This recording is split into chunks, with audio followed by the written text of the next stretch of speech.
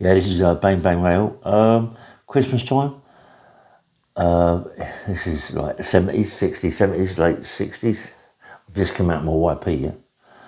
And no, just come out of my ball stool, yeah. Come out of my ball stool. Anyway, so it's early. So I'm in the market. I'm lucky enough to get in the market, get a job, stand boy, helping the porters out, yeah. So I'm loading up with all the listers and they've trolleys and they're all going around the market. And I jump up with a mate of mine called Johnny Wells, yeah, giving him a hand. He works with a firm called Phillips's, yeah. So I'm jumping on the motor, driving down around the market, helping him. He's giving me a few bob at the end of the week, but I'm saying, come on, let's get some more money. So he starts nicking boxes of apples, oranges, but we want the dates, yeah? The dates are worth money and the nuts are worth a lot of money, yeah? But a lot of these greengrocers, when they get delivered, they're on the back of the motor waiting for their dates and their nuts because they hide them, yeah? They hide them in the middle of the stack, yeah? But I see me and John going around the market and on Lister looking and see, you know, what we want to see, nuts and dates being put on the motors and sometimes being hid by the porter. So I'm jumping on the back, nicking a few boxes of dates and a couple of bags of nuts and getting back because some of them, they're little bags, only little bags. And we're getting good money. We put them in our warehouse and saving it for 3 or 4 days, selling it to greengrocers, going to get you 300 or 400 quid between us, and it's okay, you know, get my little bit of wages. So I'm taking home at least, 400 quid a week, 300 quid a week, so it's good money then. But it's not enough, you know, it's not enough. I just come out of my ball stool. All I want is a nice bit of money. I've got myself a girlfriend, and I want to take her out and treat her, take her to an hotel, cut the bottles of champagne, take her shopping, and buying some nice clothes, buy myself some stuff. I ain't a kid. So it ain't enough for me, mate. This ain't enough, and it's Christmas as well. So I'll get my mate Martin. Martin, we'd be in it for this. Yeah? So I get my mate Martin, and I say, look, I'm skint, you know. He says, yeah, I'm skint. I said, you know, but you're good money as a porter. You're only like good money. When I say good money, they're taking home about 800 quid a week, and in them days it's a lot of money. But they work hard for it, porters, you know. But anyway, he went, yeah, I'm up for it, and we're driving around looking for things, yeah, looking for bits of work. And in them days, right, a lot of shops, right, and pubs and things like that, they used to put their money in the thing in a brown round bag, yeah, with a lock on it and the name on the bag, and put it in a night safe outside a bank. Pull it out and put it in. And you think it's easy, isn't it? Well, it is easy if you get the right one at the right time, yeah. But most of them walk around, it's in their coat, and they rush in, quick, open it up and put it through. So this particular time I'm driving through Brentford, yeah, and I'm looking at places, and I noticed this wine shop, and I'm going, oh, there's a bit of me there, and it's packed. The people outside are queued down the road to get in this shop to buy their bits and pieces for Christmas, yeah, and it's packed. So I thought, actually looks like the one for me, mate. So I get on the queue, I'm going in there to buy. In them days, it is no cards, it isn't card, it's all cash, mate. It's none of this credit shit, it's all cash. So I goes in the shop and I buy a little bottle to drink. The till is cocoa with money. Cocoa with money, yeah. Lots and lots of money. And I thought, okay, lovely. But I noticed in the shop, yeah, that it's not only him, there's another guy, so there's 2 in there, right? Anyway, so I'll keep looking around this place in front of me. I like to go through the wall because next door is a shop that's empty. I like to go through the wall, smash the wall down, go in there, nick all the tins, but I'm sick and tired of nicking things and selling them because you're getting only X amount of money for it anyway, you know, and who wants to do that? Who wants to go in there, get X amount of money, you know what I mean, where you should be getting lots of money, yeah? Sorry about this, I bet you can't hear me now. Anyway, so you're getting lots of money, yeah? So anyway, looking around the shop, and I think, nah, goes that right. I said, no, I'm not going for the wall, mate. Even though the shop next door is empty, I'm not going for the wall to do that. That ain't worth it, mate. We're going to fill the van up and might go and get a grain if we're lucky, yeah? So I kept watching this guy, and I'm watching this guy on a Friday night and a Saturday night. I'm seeing him come out, and I'm seeing him come out with a plastic bag. And I know that I've got to follow him, but I know that's where the money is in there, yeah? So I'm saying to my mate Martin, I said, we've got to follow him. So he's in the van, he shoots off, he gets out of the van, he goes to the bank, does the business, opens the drawer, puts the thing in the thing, and then there's two bags. So I know that's all I want. So it's a Saturday night now. So goes in the shop, buys the bits and pieces, and it's honest, when I say it's shop's packed, it's packed. Everybody's like, there's people in there. He's got other people working in the shop with him. It's everywhere. Money's everywhere. It's just crazy. Money's all over the gaff, yeah. And in them days, you could buy a crate of beer like that for about a £5, £3, not even less than that, yeah. And it's silly money in it. So you need a lot of people to get a lot of money, yeah. But it's always packed this gaff. So I eventually said to Martin, I want this on Saturday, I want this on a Saturday night. So they drive into the car park. We've already watched him, don't forget. We'll go in the car park and he's got a van, yeah? Go in the car park, go down the bottom, and I'll come round the front of the shop. When he comes out of the shop, I'm going to follow him. So he comes out of the shop with a bag, he locks his shop, puts the bag on the floor, locks his shop. He's walking towards the van. As he opens the door of the van, he's just about to sit in the van. I go to clump him and a fucking big Alsatian, be one of them big, furry fucking things, jumped out the back of the motor, teeth going mad, barking like a nutcase, wants to do me, doesn't he? So as he's jumped towards my face, I've pulled back and I'm from a fight. I've been in boxing for ages. As he pulled back, whoop! I've hit him with the right hand, but I've hit him on the side of the jaw. And he's gone under the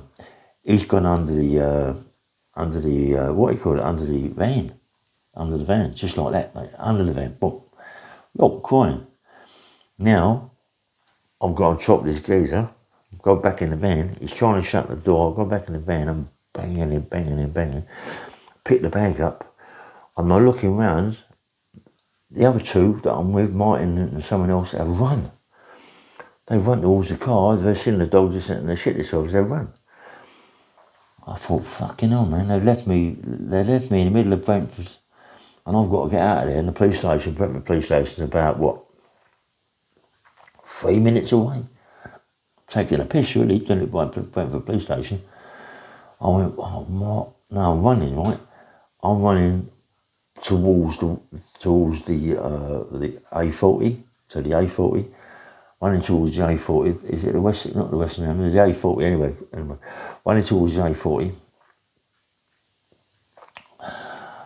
Goes across towards Isleworth, yeah. I'm running not towards Isleworth, sorry, towards anyway.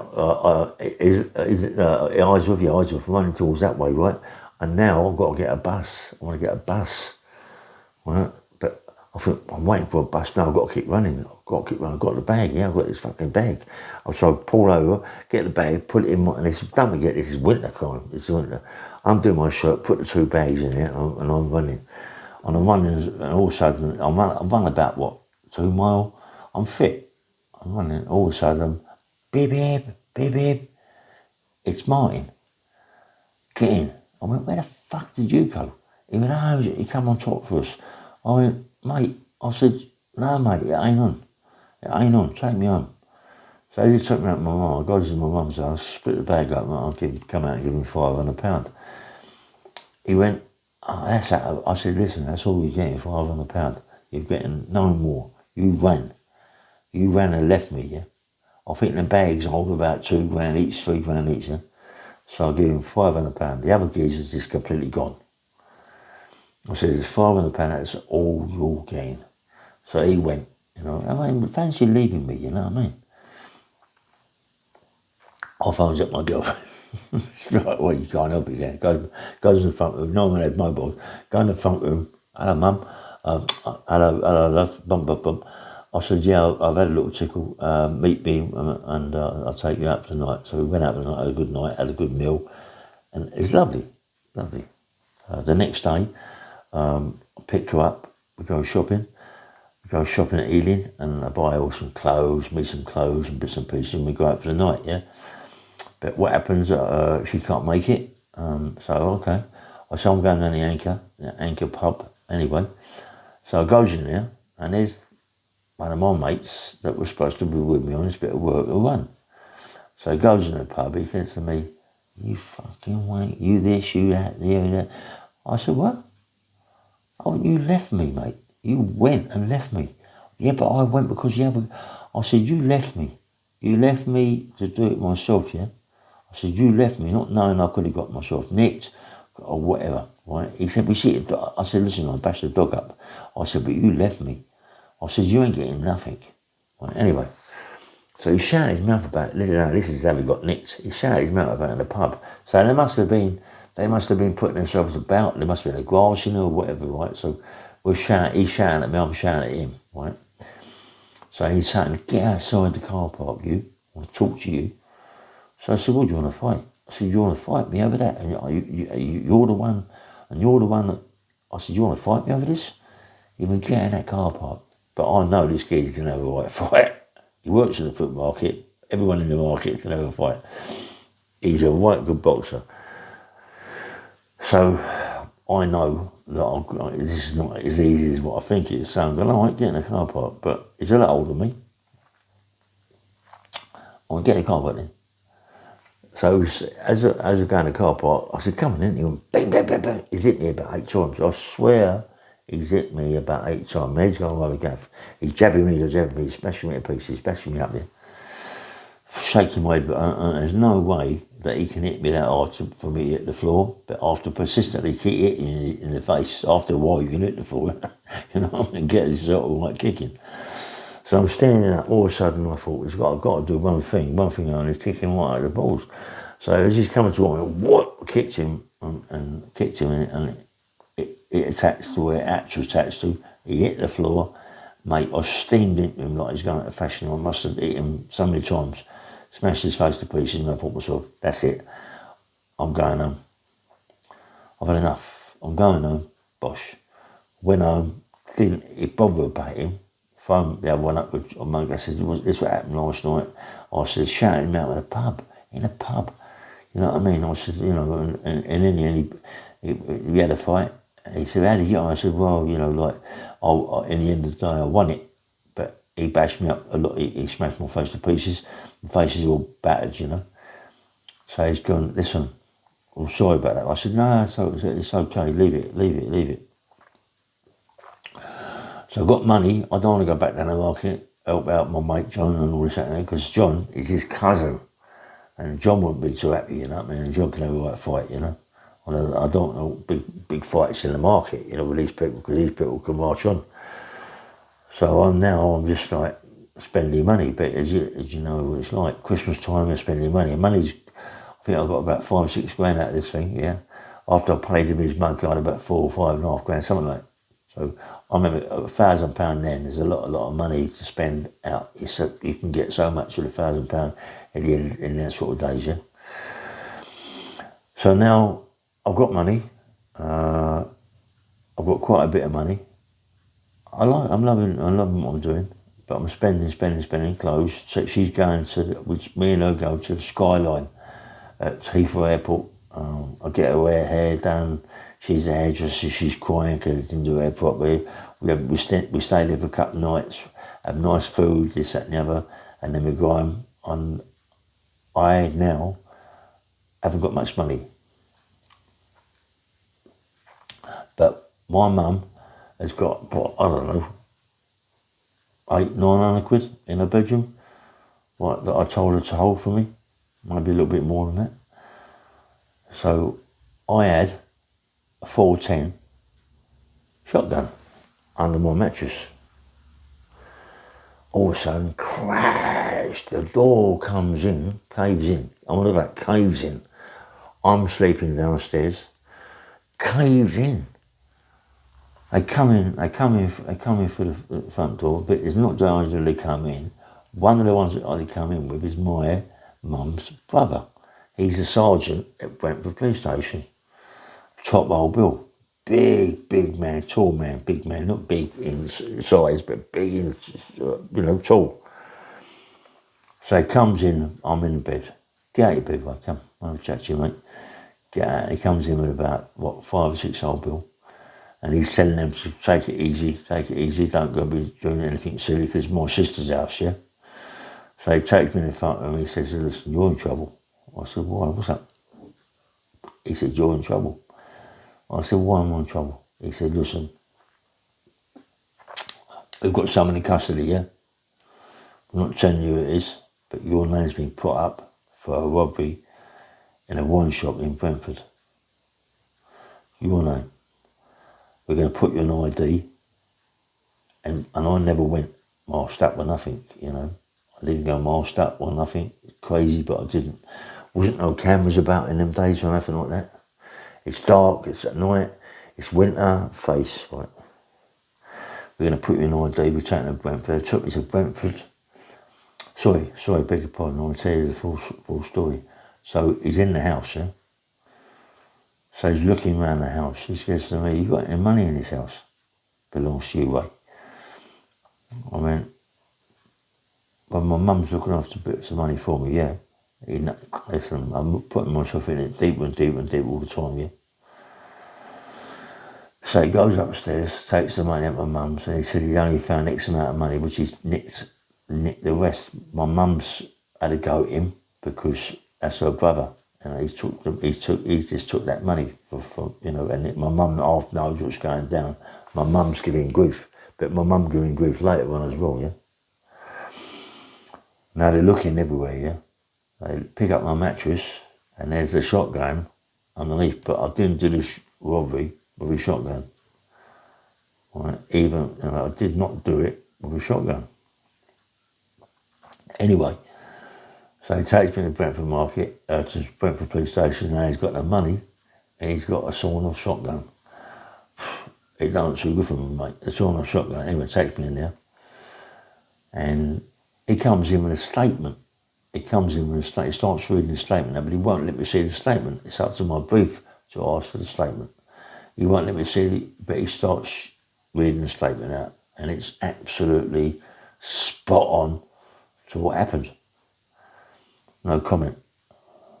So he's going, well, he said, about no comment, let me tell you how it goes.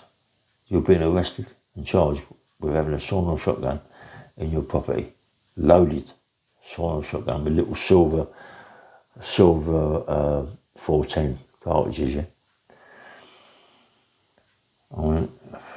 He says, you're going to be nicked for that way anyway. Right, this is my mum's brother. So I'm going to him, what about the money?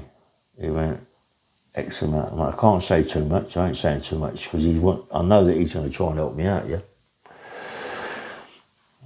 So he banged me up, right, and I'll get my brief, and I tell my brief about the whole situation. I've done my birthday now. So I've got 3 years for the robbery, 6 months for the gun. I ain't going to say the name, what was on the statement. I'm not going to say that because it's all over now. I'm just telling you the story. So my brief goes into the room. I'll go in there now. I'm sitting down there with my brother, my mum's brother, and some detective sergeant. Yeah. Now they're reading the statement out to me. They're sitting there. I've got a gun. Crash. Anyway, my mum's brother. I'm so stupid. But anyway, my mum's brother was saying to me, look, you've been caught with a gun. You've been caught with money. We've got a fucking statement here. Crash. Let me read the statement. Let me show you the signature. I went, I can't believe it, mate. He went, the best thing you can do, Ray, really, is go guilty to this now.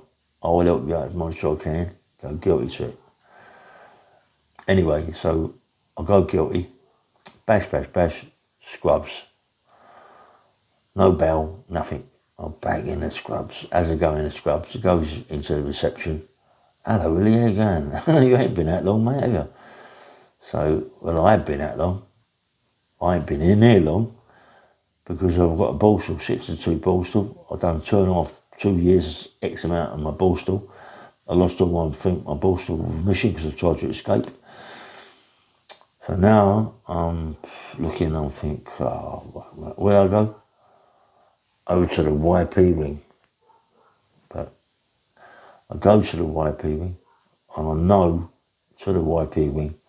As I walk through the door, it's like gorilla noises. And I'm thinking, but you know, you get the smell. You get the smell again of the prison and of the sheets and the blankets and everything in the pillowcase. It's all that smell, that horrible prison smell. And I'm thinking, oh no, not again. Go in the wing, Peter shouting out the window, shouting out the doors, all that crap. Got to put me in a cell, all single cells in the YP, all single cells in the Borstal. Put me in a cell, telling me this is the screws that are in the YP, in the YP wing, telling me this is how it is. You got your bedding. This is everything on the end of the bed is folded up and it's all like squared up and everything. This is how it is. This is how I want to see it in the morning. I know the score. I've done my Borstal. I know what to do. Yeah, you ain't got to tell me. I know. I'm laying in my bed, yeah, right, and I'm thinking, what the? And you got that horrible smell on the sheets. You know, the really horrible smell on them sheets. That prison smell. You're thinking, not again.